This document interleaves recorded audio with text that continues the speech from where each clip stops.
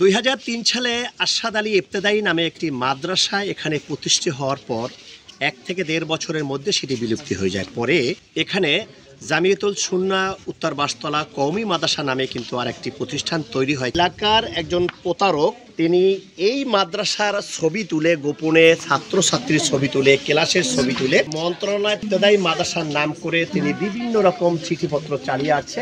সর্বশেষ যখন ইবতেদায়ী মাদ্রাসা নামে যখন এমপিওভুক্ত হওয়ার জন্য উপজেলা পরিষদে যখন চিঠি আসে তখনই তার প্রতারণা ধরা পড়ে যায় এবং এলাকাবাসী সোচ্চার হয়েছে যে এই আরশাদ আলী ইবতেদায়ী মাদ্রাসা নামে কোনো মাদ্রাসাই এখানে প্রতিষ্ঠিত হয়নি। একটা মহল নাকি এই মাদ্রাসাটাকে পিছনে ফেলে অন্য একটা নাম দিয়ে এটা মন্ত্রণালয় একটা চিঠি দিয়ে ওই নামে নামকরণ করে তারা বিভিন্নভাবে সুযোগ সুবিধা লোটার চেষ্টা করতেছে। জমিদাতা ইনারা সে মাদ্রাসা সে তো সম্পূর্ণ একটা সিটিং কাজ করছে। তদন্ত সাপেক্ষে সঠিক বিচার হবে। সব এই এলাকাবাসীর অনুদান, এই এলাকাবাসী সবাই সহযোগিতা করে এই পর্যন্ত নিয়ে আসছে। নিয়োগ দেওয়ার পর থেকে এই মাদ্রাসার যত উন্নয়ন যা কিছু আছে সব কিছু উত্তর বাসতলা কওমি মাদ্রাসা নামেই চলে আসছে। আমাদের সরকারের অনুদান যেগুলো ভোগ করেছে আমরা এগুলো দাবি করি, কারণ এই এতিম যারা আছে এরা আসলে এগুলো পাওয়ার যোগ্য কিন্তু তারাই খেয়ে ফেলেছে। 2 থেকে 3 শতাধিক ছাত্রছাত্রী এখানে পড়াশোনা করছে। আল হাদি নামে একজন প্রধান শিক্ষকের নাম দেয়া হয়েছে, তিনিও কৌশলে এখানে এসে ছাত্রছাত্রীর ক্লাসে ঢুকে উনি ছবি করে নিয়ে মন্ত্রণালয়ে জমা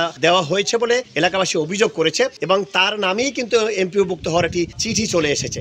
যখন এই এলাকাবাসী সেটি জানতে পারছে তখনই কিন্তু সোচ্চার হয়েছে এলাকার জনপ্রতিনিধি, এলাকার যারা গণ্যমান্য ব্যক্তি যারা রয়েছে তারাও এখানে চলে আসছে। আমরা আমাদের এলাকার লোক আসলে অতিষ্ঠ হয়ে গেছে ওনার জালিয়াতির জন্য। আমরা প্রত্যেকে ভুক্তভোগী, আমরা এর থেকে বেরিয়ে আসতে চাই। মাধ্যমিক শিক্ষা অফিসারের সাথে কথা বলেছি অভিযোগটা বিষয় এবং আমি তদন্তের জন্য তার কাছেই প্রেরণ করব চিঠিটি।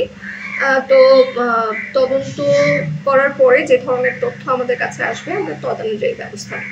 মাদ্রাসাটা আদৌ আছে কি যে স্থাপিত নয়, কোনো কার্যক্রম চলমান নয় এ বিষয়ে পরবর্তীতে আসছে কি যে একটা অভিযোগ আসছে, অভিযোগের ভিত্তিতে তদন্ত কার্যক্রম চলছে আর কি। যতক্ষণ পর্যন্ত না আসবে ততক্ষণ পর্যন্ত আমি আসবো না। অনুলিপি কি আপনাকে দিচ্ছি কি অনুগ্রহপূর্বক এ বিষয়ে আমি কিছু বলতে পারবো না।